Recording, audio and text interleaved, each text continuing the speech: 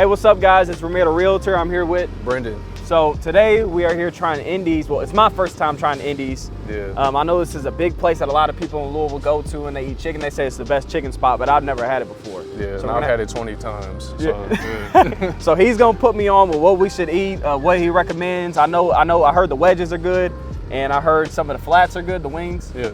So let's check it out. Let's see. All right.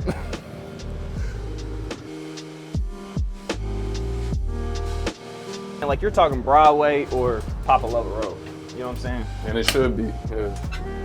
That's all I'm saying. So, Okay, so let's move. so it just don't make sense. They got great Kool-Aid. They do. You got Kool-Aid? Yeah. Bro, I ain't never heard of a place have Kool-Aid with Hey, let wedges me do the, and mac and cheese. 6-piece flats with the roll. And then he Mom. said Kool-Aid. No, let me add side of mac and cheese, some yams, and then wedges. His face. Through it. And then the grape Kool-Aid. Oh, hey, when we came, he said he was ready to eat. Oh, yeah. He said some yams. About to be Thanksgiving, bro. Yeah, can I get a 2 6-piece wings, mild, please? Both for flats with both wedges and mac and cheese. Yeah, with 2 medium Kool-Aids, please.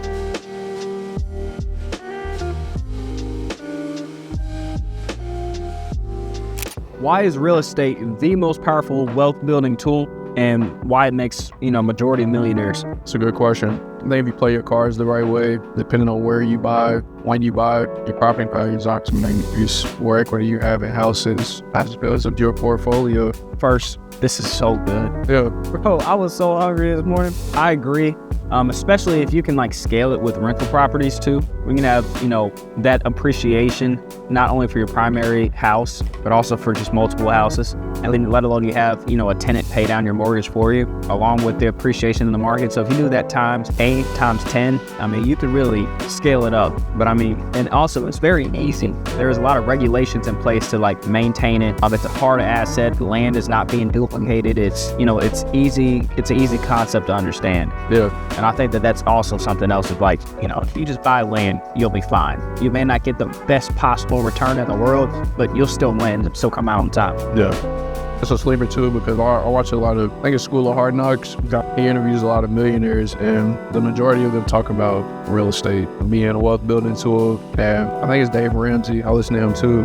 He talked about that. It was 90% of millionaires got it through real estate. That's why it's such a big deal, because everybody's primary income or their biggest asset in their life, sometimes their best retirement plan is their house. Yep. Which makes sense, what Dave Ramsey recommended. Pay that house off as fast as possible. That makes sense. Mm-hmm. They're just, it's a simple concept, but it still ultimately puts money in your pocket at the end of the day. Yeah. So we talked about it being the biggest wealth building tool. So for people that are watching this for the first time and haven't seen our Instagram videos, why did you pick real estate as a person? For me, coming out of high school, it's hard to understand or know what I really wanted to do. I feel like there were so many different avenues or ways that I could have went, but ultimately it was just I felt like real estate was a great opportunity with my mom being in it, but also I genuinely enjoy having conversations with people, helping people, stuff like that. That's what I feel like when I worked at McAllister's high school, that was one of my favorite things of working in a fast food restaurant. And so I wanted to continue that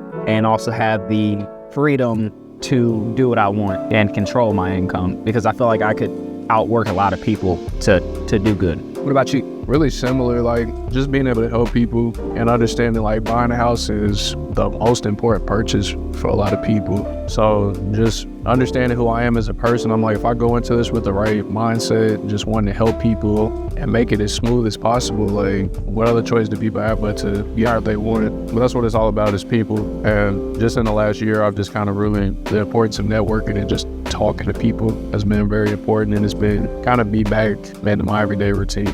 Yeah, and it really expresses the cliche saying that everybody says of your net worth is your network. There's so many opportunities that wouldn't have been presented to me if I never knew that person. And the biggest thing that the hurdle for me when it came to networking was I don't have to meet every person in the room. know every person's name or whatever, and you just lost the napkin. Yep. Hey, you better try. Nah, that thing's gone, bro. Sorry. That's why I got the bag. I think it's on the steps. It was just, you don't have to meet every person in the room. Just focus on quality relationships each time, and then it'll compound all the time. Yeah. But even like back to what you're saying about your net worth and everything, like that really, it makes you like change how you look at the people you spend time with. Yeah, for sure. Because people you spend time with on a regular basis, they really influence you more than you realize. So it's like, if you really feel like you're not getting nothing done, that's the first thing I would look at is who are you spending the most time around. Yeah, I agree. I ain't gonna lie to you, bro. They got great food. I can't believe I've never had this before. You do gotta be careful on it. I ate this a lot in college. That was right when I gained a lot of weight. So with you being an entrepreneur and being in real estate so far, what do you feel like has been your biggest lesson? The importance of networking. Obviously, we just talked about that, but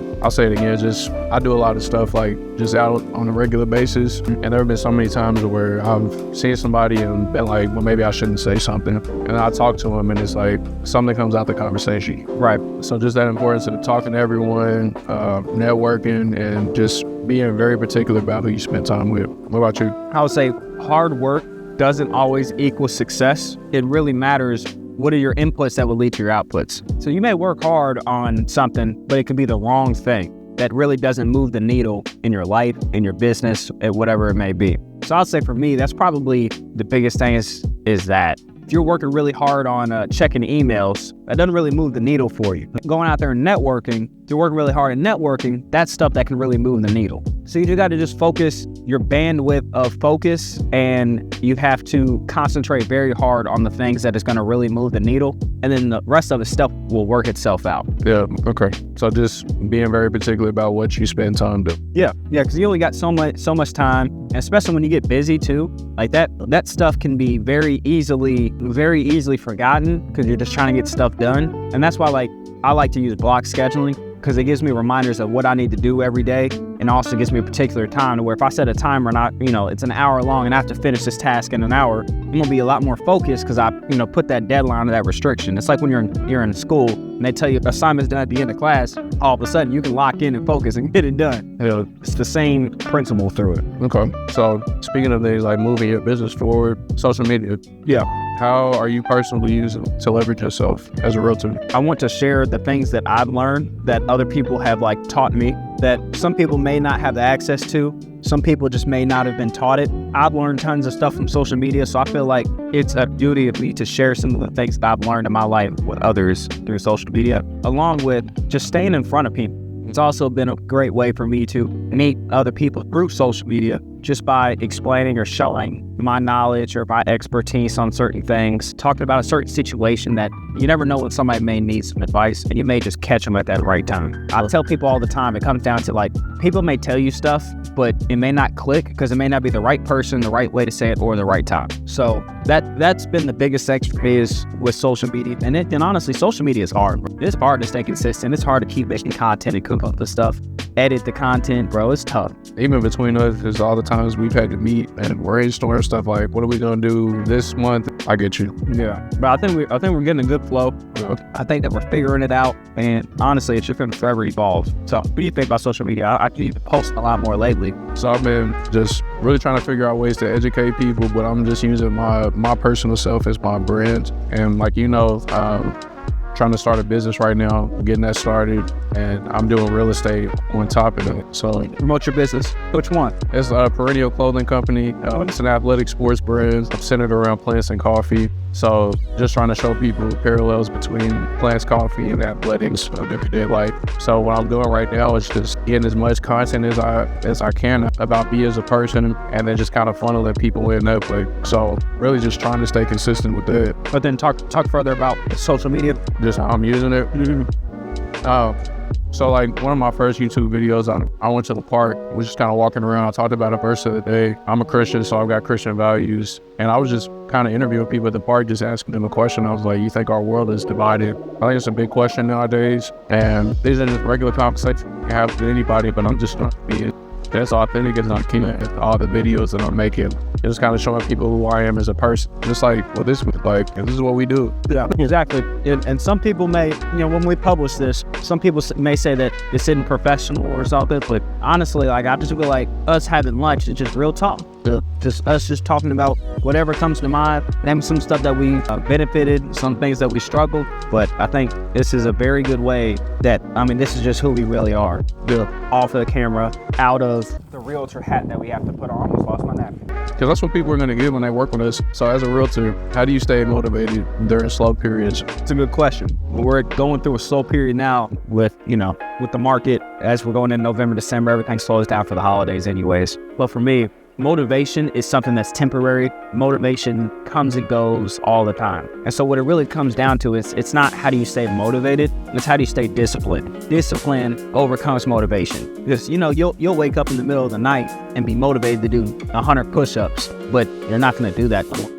It just comes down to discipline. And the best way that you can discipline yourself is when you're motivated, say, this is what I'm going to do. And then go get an accountability partner and say, hold me accountable. I will give you $100 check if I don't meet my goals that I told you what I wanted to do when I was motivated. And then at that point, you just force yourself to get stuff done. What do you think? Because I ain't giving out nobody $100 for free. Exactly. And if $100 ain't enough, we better cut a check for $200, $250, $500. There needs to be a number that's gonna hurt when you have to give it over to somebody. Well, for me, I look at it a little, not differently, but I'm single right now.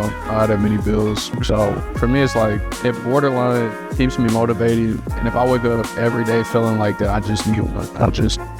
That helps, like how what you said tie into it, is it helps you stay disciplined, stay on your routine. Because like I say, you just need one. So you even if I got 10, 15 people I got to call, only one of them really has to shake. So. Right. Yeah. That's all it is. And some people, especially some people our age, they're in their 20s. They want to be the super successful young person who got, everything figured out, everything going. But that's really hard to do nowadays. And so whenever I'm talking to people and they're so concerned about the future, they're so concerned about, whatever, I'm just like, bro, just take it day by day. Just focus on your inputs today. Detach yourself from the outcome, from the outputs as much as possible, and just focus on today. And everything else will work itself out if you're doing the correct inputs. Yeah. Honestly, enjoy. You only live life once. You only be this age once because you get older tomorrow. So just enjoy this day while you can, because you'll never have it back. That's real too, with everybody chasing this success at such a young age. Because there's people that are able to do it, but it's like you gotta slow down. Yeah. Because everyone's life ain't aesthetic right now.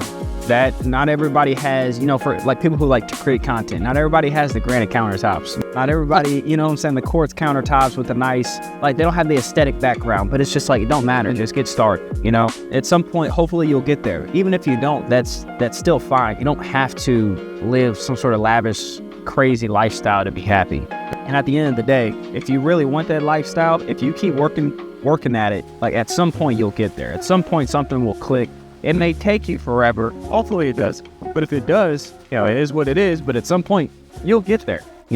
Focus on what you can control, what you can do. The rest of it will work itself out. Last question. What advice would you give to a brand new agent? Because you're younger than me, but you've been in this how long?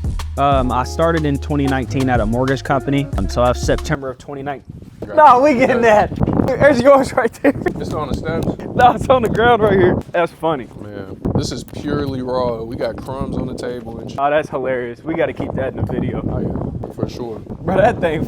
So I've been in the mortgage business since September of 2019. I got out of that in 2021 and I got my real estate license in March of 2021. So I've been practicing since. So I would say for me, the biggest advice I would give would be being a realtor is no joke, because you're playing with a lot of people's retirement plans. A lot of people's, they took years to save this kind of money to put down on a house. You're really playing with somebody's life. Take it as very, very, very serious. So one of the mistakes that I made is when I first got into the business, I was very eager into making stuff happen. So I would, some deals I may tried to do on my own or something when I maybe shouldn't have. Luckily, I had people in my brokers that were supporting me to ultimately get the outcome that my clients needed safely and all that kind of stuff. So I had people in my brokerage, but sometimes people may not have those kind of people in their brokerage, or may not have that mentor that they can go to, and they may do it on their own and then really mess somebody up. So I would say your first 10 buyer deals and your first 10 sellers, work it with a more experienced agent. Just work with the same agent over and over and over again. Work with multiple agents so you can learn multiple different habits, tricks, ways of doing business. And then after, those 10 buyers, 10 sellers, you can then cultivate what is your system? What do you want to do? Yeah. And that's probably the biggest thing to new agents, I would say, is that. I mean, when it comes to like finding clients or finding stuff like that, find out what you want to do as a niche and stick with it and go all in on it.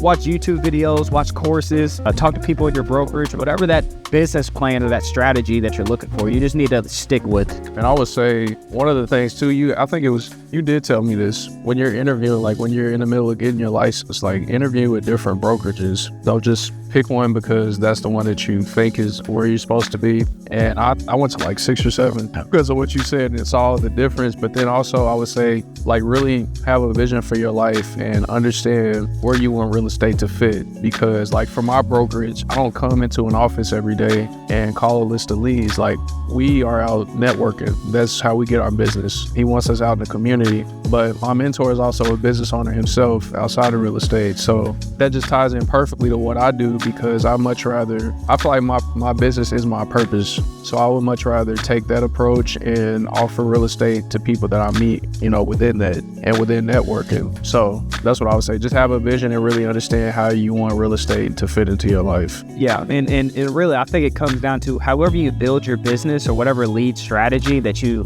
use to grow your business, it needs to match with your personality. So cold calling may not match with your personality, but it may match with mine. And there's no wrong way to grow business. It just comes down to what works for you and also what is working in your business too.